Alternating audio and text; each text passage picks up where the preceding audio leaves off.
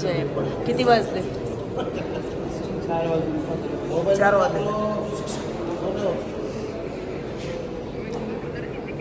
गपरे. जय माग. कसं वाटतंय योग? चांगलं वाटतं. तिकडे हडपसरला बिबट्या सुटलेत, कसे वाटतंय? बिबट्यांचा काही संबंध नाही, आपण पाहून निघला राहतो की बिबट्या गेले काय. कसं वाटतंय हडपसरकरांना बिबट्या आल्या? तुम्ही बघा तुमचं वैयक्तिक ते चांगलं नाही वाटत. काय हो ब्राह्मण, कसं वाटतंय आल्यानंतर? छान वाटतंय, पण अजून महाकालचं दर्शन झालेलं नाही. सापाला समोर तर कसं वाटत? सापाचं माहित नाही, पण आता बिबट्या लागले. कसं वाटतं बिबट्या शहरात आल्यानंतर? काय आता आपल्याला काय कसं वाटतं? चांगलं नाही वाटत. नमस्कार, जय भवानी, जय शिवशक्ती. तर एक अंदाज आलाच असेल की आज आपण कुठे जातोय. तर त्र्यंबकेश्वर नंतर आज आपण जातोय उज्जैन, आपल्या महाकालची नगरी. आणि शब्दात न सांगता येणारा अनुभव झालेला आहे या संपूर्ण ट्रिपमध्ये.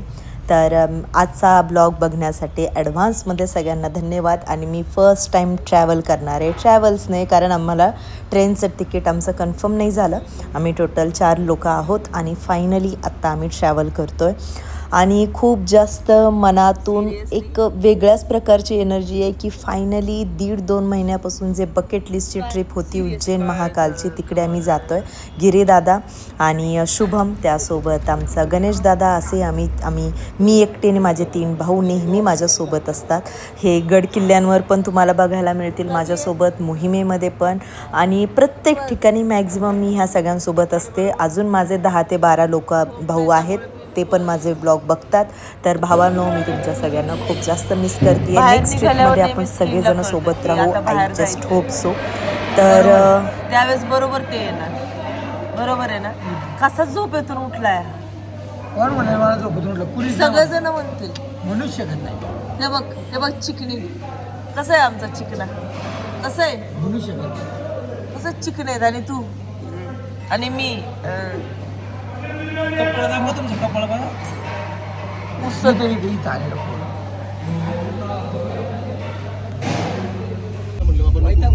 Good morning. मी आताशी एक लोकांच्या चहातून उठलेली आहे. आणि असं करता करता फायनली उज्जैन आम्हाला जवळ आहे, पोचत आलो आहे. ही एवढी सुंदर नदी मला वाटलं तुम्हाला दाखवावी. आय थिंक ही शिप्रा नदी असावी, मला एवढं माहिती नाही आहे इथलं, त्यामुळे मी असं कन्फर्म नाही सांगू शकत. बट येस, दृश्य दाखवू शकते.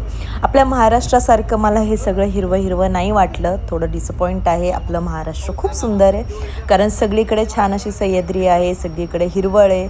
आणि एवढं सगळं असताना पण चालू गाडीमध्ये मेकअप करण्याचं एक वेगळंच टॅलेंट माझ्यामध्ये आहे. आणि हे शूट केलं आहे आमच्या शुभमने. आणि अशा पद्धतीने आम्ही फायनली उज्जैनला टच झालेलो आहोत. ही आमची रूम आहे. रूममध्ये मी एकटीच आहे, सगळेजण बाजूला झोपलेले आहेत. आणि आज मी ह्या पूर्ण रूममध्ये एकटी महाराणी. आणि तुम्हाला मी रूम दाखवते आहे. आणि पहा, पूर्ण नाईट ट्रॅव्हल करून येऊन पण मी एवढी फ्रेश दिसते. नाव मी रेडी झाली आहे. कसं वाटतंय आजचं गेटअप?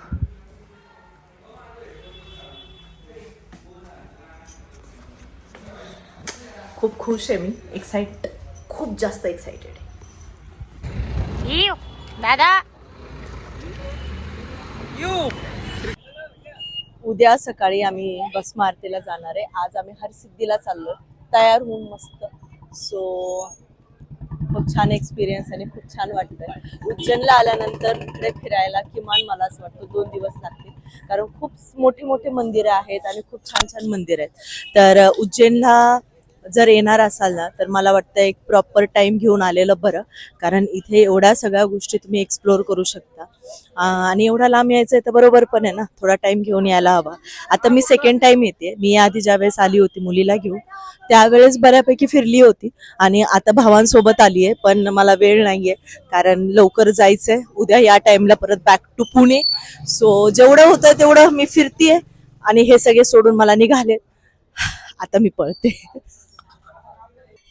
आणि हे आपल्या हरसिद्धी मातेचं मंदिर खूप छान अप्रतिम असं मंदिर आहे. आतमध्ये कॅमेरा अलाउड नव्हता म्हणून मी दर्शन करू नाही शकत आहे तुमचं. आणि त्यानंतर आपण आलो आहे शिप्रा देवीच्या आरतीला. जसं त्र्यंबकेश्वरला पण गोदावरी माईची आरती केली तसंच आपण इथे करतो आहे शिप्रा देवीची आरती. खूप छान सुखद अनुभव होता आणि मी खरंच खूप नशीबवान आहे की 2 महिन्यामध्ये माझे 2 ज्योतिर्लिंग झालेत विथ 2 गंगा आरती. आणि खरंच तुम्ही फक्त हे सगळं माझ्यासोबत अनुभव करा. व्हिडिओमध्ये जेवढं शक्य होईल तेवढं मी कॅप्चर केलं आहे. फक्त शांत याने तुम्ही प्रयत्न करा ऐकण्याचा.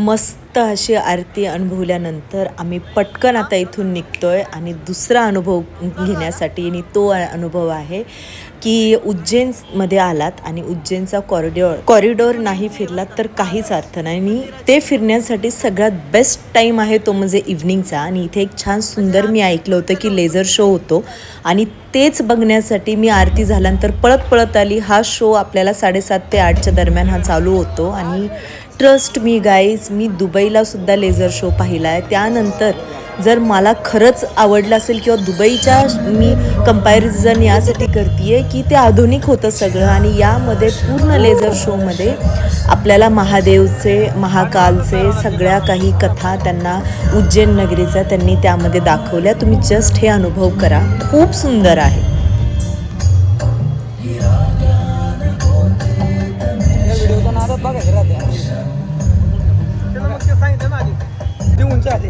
आता चालू झालं.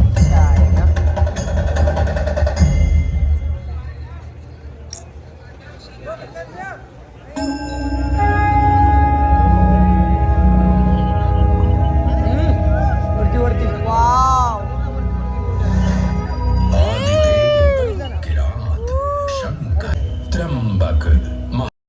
खरंच लिटरली डोळ्यातून पाणी येत होतं. असं वाटत होतं कदाचित महाकाल इथे समोर आहेत आणि ते दिसत आहेत. आणि असं करत आम्ही तयार होऊन भस्म आरतीसाठी लाईनला लागलेलो आहोत. 1:30 ते 2 वाजलेत आत्ता.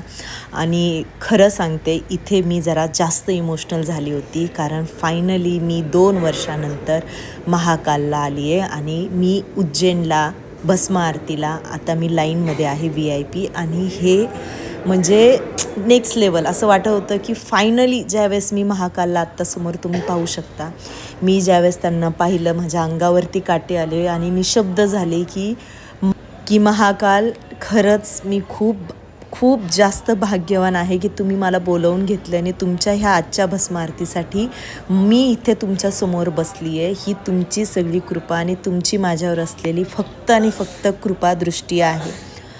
अशा ठिकाणी आलं की असं जाणवतं की आपलं कुठंतरी कर्म खरंच खूप चांगलं आहे आणि खूप चांगल्या रीतीने आपण आपलं कर्म जे आहे ते करतो आहे. त्याचमुळे आपल्याला ह्या सगळ्या गोष्टी अनुभव करायला मिळतील. आणि मी खूप वेळ महाकालकडे बघत राहिली. 4 ते 6च्या दरम्यान म्हणजे 2 तास इथे आरती चालते. सगळ्यात आधी अभिषेक होतो, त्यानंतर शृंगार पूजा होते, त्यानंतर भस्म आरती होती, नैवेद्य होतो आणि हे सगळं 2 तास, म्हणजे मी अशी बसून मी महाकालला 2 तास बघितलं आहे. मनातलं जेवढं काही होतं साठलेलं मी सगळं इथे, कारण ते शून्य आहे.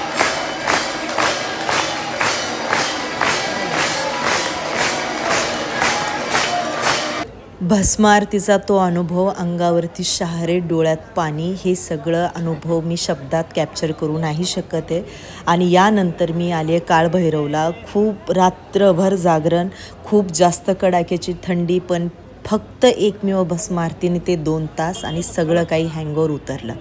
आणि हे महाकाल उज्जैन नगरीचं हे एक वैशिष्ट्य की इथे तुम्हाला प्रसाद म्हणून भांग देतात. थंडाई ज्याला म्हणतो, थंडाईमध्ये भांग मिक्स होते.